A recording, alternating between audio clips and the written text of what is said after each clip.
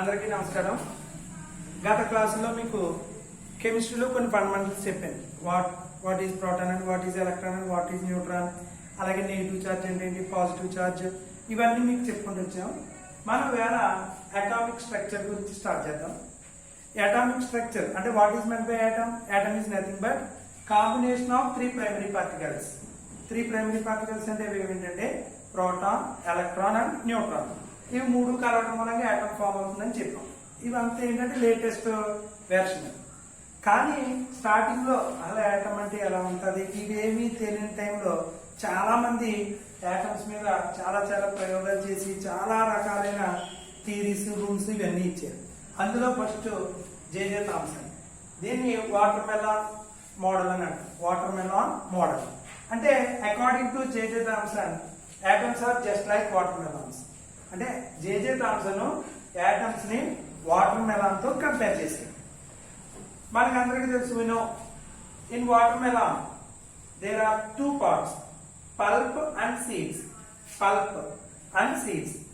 According to J J Thomson seeds are negative charge, pulp is positive charge. అంటే water melon ఉండే pulp ని positive charge తో పోల్చాడు, seeds నేమో నెగిటివ్ చార్జ్ తో పోల్చాడు. అంటే అప్పటికి ఇంకా ఎలక్ట్రాన్, ప్రోటాన్ అనే పేరు మనకి ఇంకా పూర్తిగా రాలేదు. జేజే థామ్సన్ టైంకి అతనే మనకి ఎలక్ట్రాన్ ఇవన్నీ కూడా మనకి పేరు పెట్టినట్టు జేజే థామ్సన్. కానీ స్టార్టింగ్ లో మట్టి వీటిని నెగిటివ్ చార్జ్, పాజిటివ్ చార్జ్ అనేవారు.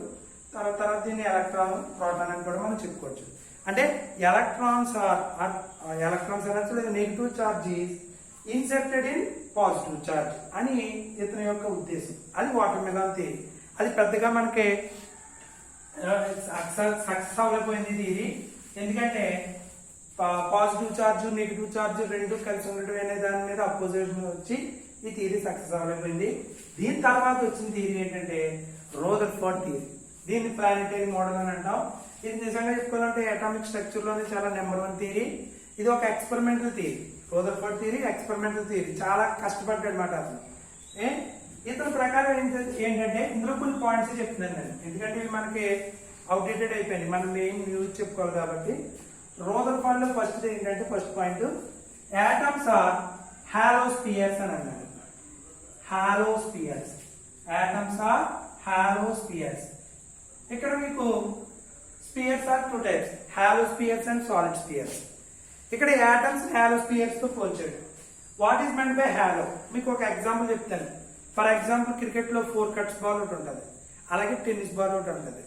ఈ 4 కట్స్ బాల్ మీరు కరెక్ట్ గా సెంటర్ కట్ చేస్తే గనక మొత్తం లోపలంతా కూడా మెటీరియల్ ఉంటుంది. 4 కట్స్ బాల్ మెటీరియల్ తో నిండి ఉంటుంది, ఎక్కడ గ్యాప్ అనేది ఉండదు. టెన్నిస్ బాల్ కట్ చేస్తే లోపలంతా గొల్లగా ఉంటుంది. సో అలాంటి ఆ విధంగా ఉంటాయి ఆటమ్స్. లోపలంతా కూడా ఎంటీ స్పేస్ అనేది ఎక్కువగా ఉంటుందని రదర్ఫోర్డ్ మనకి సజెస్ట్ చేయడమాట. So atoms are hollow spheres అన్నాడు. అలాగే మనం ఆటమ్స్ యొక్క వెయిట్ అంతా కూడా weight and also positive charge. Atoms యొక్క weight, positive charge is concentrated at the centre of the atom. అంటే ఆటమ్ యొక్క వెయిట్ అంతా కూడా సెంటర్ వద్ద కాన్సన్ట్రేట్ అయి ఉంటుందని చెప్పాడు రదర్ఫోర్డ్. ఈ సెంటర్ కి అతను పెట్టిన పేరు ఏంటంటే న్యూక్లియస్ అని పేరు పెట్టాడు. న్యూక్లియస్ అంటాడు. So weight or mass of the atom is approximately equal to mass of the nucleus. అంటే న్యూక్లియస్ మాస్ ఎంత ఉంటుందో దాదాపు ఆటమ్ యొక్క మాస్ కూడా అంతే విధంగా ఉంటుందని రదర్ఫోర్డ్ చెప్పాడు. అలాగే ఇంకో పాయింట్ ఏంటంటే ఎలక్ట్రాన్స్ ఆర్ నెగిటివ్ చార్జ్. ఇవన్నీ కూడా out side the nucleus, nucleus బయట ఉంటుందని చెప్పాడు ఎలక్ట్రాన్స్. మరియు ఇంకోటి ముఖ్యమైన చాలా ఇంపార్టెంట్ పాయింట్ ఏంటంటే electron revolving around the nucleus just like planets are revolving around the sun.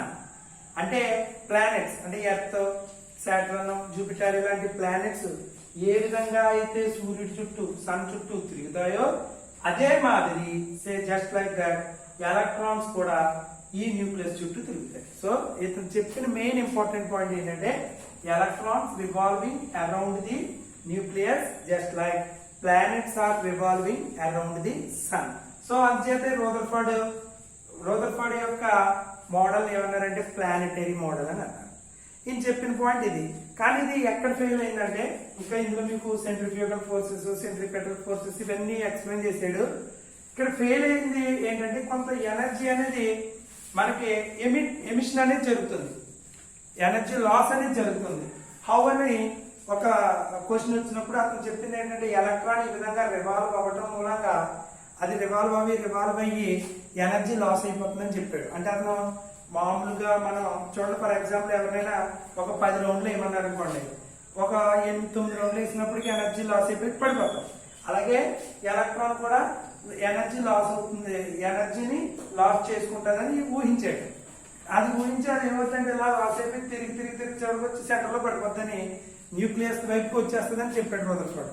అది తప్పు అన్నమాట. అలా వస్తే మనకి యాటమ్ అనేది ఉండదు, యాటమ్ అనేది అసలు మనకి నిలబడమాట, బర్స్ట్ అయిపోతుంది. సో ఆ ఎక్స్ప్లెనేషన్ అతను ఎక్కడి నుంచి ఎనర్జీ వస్తుంది, లేకపోతే ఎనర్జీ ఏ విధంగా గెయిన్ చేసుకుంటుంది అనే ఎక్స్ప్లెనేషన్ ఇతను రదర్ఫోర్డ్ సరిగ్గా ఇవ్వలేకపోయాడు. దీని తర్వాత రదర్ఫోర్డ్ తర్వాత వచ్చిన వాడు ఎవరంటే నీల్స్ బోర్. ఈ నీల్స్ బోర్ మటుకు చాలా మంచి ఎక్స్ప్లెనేషన్లు, చాలా మటుకి అంటే ఏ థియరీలో అయినా సరే డ్రాబ్యాక్స్ ఉంటాయి, అందులో doubt at all, no doubt at all. కానీ ఈ బోర్ ఇచ్చిన మటుకి మ్యాక్సిమం అటామిక్ స్ట్రక్చర్ లో ఒక రకమైన చేంజెస్ తీసుకొచ్చింది అనమాట. అంటే యాటమ్ మీద పూర్తి అవగాహన కొంచెం తీసుకొచ్చింది. తర్వాత సోమర్ఫీల్డ్ ఇలాగ చాలా మంది సైంటిస్టులు దీని మీద కృషి చేశారు. ఈ బోర్స్ థియరీలో ముఖ్యమైనది ఏంటంటే, ఈ బోర్ అనేవాడు కూడా ఎవరంటే రదర్ఫోర్డ్ యొక్క స్టూడెంటే. ఇతను ఇమాజినరీ థియరీ అంటారు అని చెప్పి దీన్ని ఏంటంటే రదర్ఫోర్డ్ తో పాటు ఇతను ఎక్స్పెరిమెంట్లు చేసి గురువు గారు ఎందులో అయితే ఫెయిల్ అయ్యారో దాన్ని ఇతను కరెక్ట్ చేసుకుని థియరీ కింద ఇచ్చాడు. మనం ఈయన ఇచ్చిన మెయిన్ ఫస్ట్ పాయింట్ ఏంటంటే electrons are revolving around the nucleus in a particular definite paths, particular definite circular paths. అంటే electrons are revolving around the nucleus in a particular definite paths. ఇలా ఒక నిర్దిష్టమైన పర్టికులర్ సర్క్యులర్ పాత్స్ లో electrons revolve అవుతూ ఉంటాయి అన్నమాట. ఏంటంటే ఇది చాలా important point. Electrons are revolving around the nucleus in a particular definite circular paths. ఈ సర్క్యులర్ పాత్స్ ని మనం ఏమంటామంటే ఆర్బిట్స్ అంటాం. ఆర్బిట్స్ అంటే నోట్లో వేసుకుంటే లైట్ వెలిగే ఆర్బిట్స్ కాదు, మామూలుగా ఆర్బిట్స్ అంటే electron revolving paths. Electron revolving paths. వీటికి మరొక పేరు ఏంటంటే ఎనర్జీ లెవెల్స్ అని కూడా అంటారు. వీటిని ఎనర్జీ లెవెల్స్ అని కూడా పిలుస్తారు. వీటికి సెంటర్ నుంచి నెంబరింగ్ ఎలా ఇస్తారంటే KLM. అంటే ఇది first energy level, second energy level, third energy level అని అంటారు అన్నమాట. KLMNOP ఆ విధంగా ఉంటది. So electrons revolving around the nucleus in a particular definite circular paths, these are called orbits. And also వీటిని మరొక పేరుతో కూడా పిలిచాడు. ఎలాగంటే అక్కడ రదర్ఫోర్డ్ ఎనర్జీ ఏ విధంగా వస్తుంది అనేది ఎక్స్ప్లెయిన్ చేయలేపాడు సరిగ్గా. ఇతను చెప్పాడు, ఏమని చెప్పాడు, ఇన్ దీస్ పాత్స్ అంటే ఈ పాత్ లో తిరుగుతున్నంత సేపు, in these path electron neither loss nor gain energy. అంటే ఈ పాత్ లో తిరుగుతున్నంత సేపు ఎలక్ట్రాన్ ఎనర్జీని గెయిన్ చేసుకోవడం కానీ లేకపోతే లాస్ చేసుకోవడం కానీ జరగదు. అంతేత వీటికి ఏం పేరు పెట్టాడంటే స్టేషనరీ పాత్స్ అని పెట్టాడు. స్టేషనరీ పాత్స్, స్టేషనరీ అంటే స్టేబుల్ అని అర్థం. స్టేషనరీ పాత్స్ అని పెట్టాడు అన్నమాట. అంటే in stationary paths electron neither loss nor gain energy. So this is the first point. First point ఏంటంటే electrons revolving around the nucleus in a particular definite circular paths. In these paths, electron neither loss nor gain energy. So these paths are called stationary paths or stationary orbits. Next, మరి ఎలా చెప్పాడు, తిరుగుతున్న సేపు energy loss అవుతుందని చెప్పేసాడు.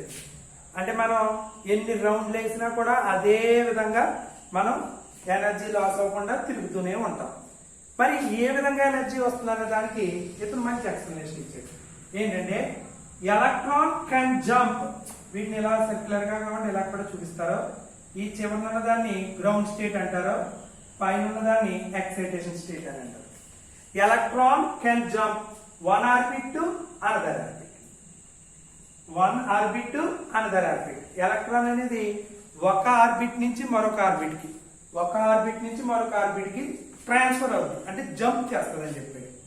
ఈ jump 2 types లో ఉంటుంది. ఒకటి ఇది హైయర్ ఎనర్జీ లెవెల్ అంటాం, లోయర్ ఎనర్జీ లెవెల్ అంటాం. If an electron can jump from higher energy level to lower energy level, higher energy level to lower energy level, the energy is emitted in the form of light. అంటే electron higher నుంచి lower కి వచ్చిందంటే energy loss అవుతుంది, emit చేస్తుంది అని explanation ఇచ్చాడు. మీకు ఈజీగా ఎలా గుర్తుంచుకోవచ్చు అంటే lower energy level, hire energy level అని చెప్తాం. హైయర్ ఎనర్జీ లెవెల్ అంటే మామూలుగా ఇన్ జనరల్ గా చెప్తున్నాను, బాగా డబ్బున్నవాడు లేనివాడికి ఎప్పుడు మారుతాడు చెప్పండి? డబ్బున్నవాడు లేనివాడికి ఎప్పుడు మారుతాడు? ఈ డబ్బుని కోల్పోయినప్పుడు, బయటికి పోగొట్టుకున్నప్పుడు ఉన్నవాడు లేనివాడు అయిపోతాడు. So if an electron can jump from higher energy level to lower energy level, energy is emitted in the form of light. అలా కాకుండా మరొక స్టెప్ ఏంటి?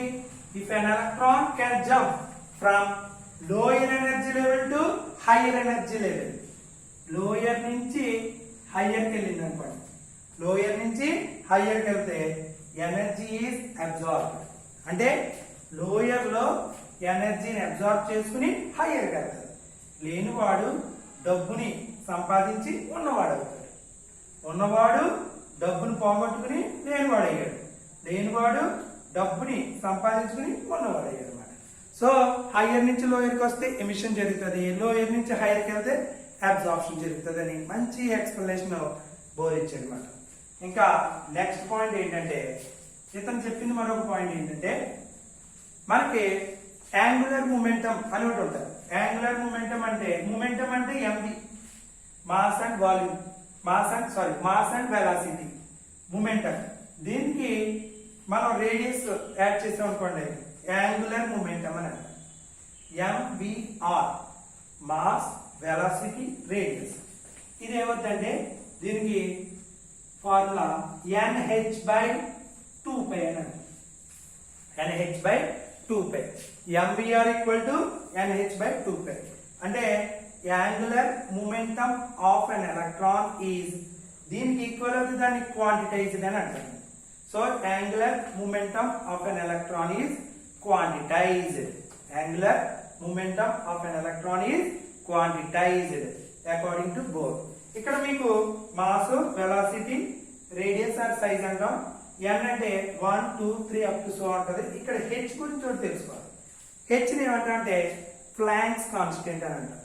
దీని వాల్యూ ఎంతంటే 6.625 ఇంటూ 10⁻⁻27 ఎర్గ్ ఇంటూ సెకండ్. ఇక్కడ మీరు అందరూ బైగా అలవాటు, మనకి ఎక్కువ బైగా వేస్తాం, కానీ ఇక్కడ జాగ్రత్తగా చూసుకోవాలి. Erg into second. దీన్ని జౌల్లో కూడా చెప్తాం. 6.625 into 10⁻⁻34 joule second, joule second. So ఇది 4th పాయింట్. ఇంకా లాస్ట్ ఏంటంటే, ఇప్పుడు చూడండి, ఎలక్ట్రాన్ ఒక ఎనర్జీ నుంచి మరొక ఎనర్జీకి మారింది కదా. సో ఎనర్జీ డిఫరెన్స్ ని డెల్టా ఈ అంటాం. డెల్టా ఈజ్ ఈక్వల్ టు, దీని ఫార్ములా ఏంటంటే హెచ్ న్యూ. ఇక్కడ న్యూ అంటే ఫ్రీక్వెన్సీ, న్యూ అంటే ఏంటి? Frequency. So these are the some postulates of the Bohr's theory. Bohr's థియరీలో కొన్ని ముఖ్యమైన అంశాలు. ఈ వీడియో కనుక మీకు నచ్చితే లైక్ చేయండి, షేర్ చేయండి. ఏవైనా మీకు డౌట్లు ఏమైనా ఉంటే కూడా కామెంట్స్ రూపంలో పెట్టండి. Please subscribe my channel. Thank you.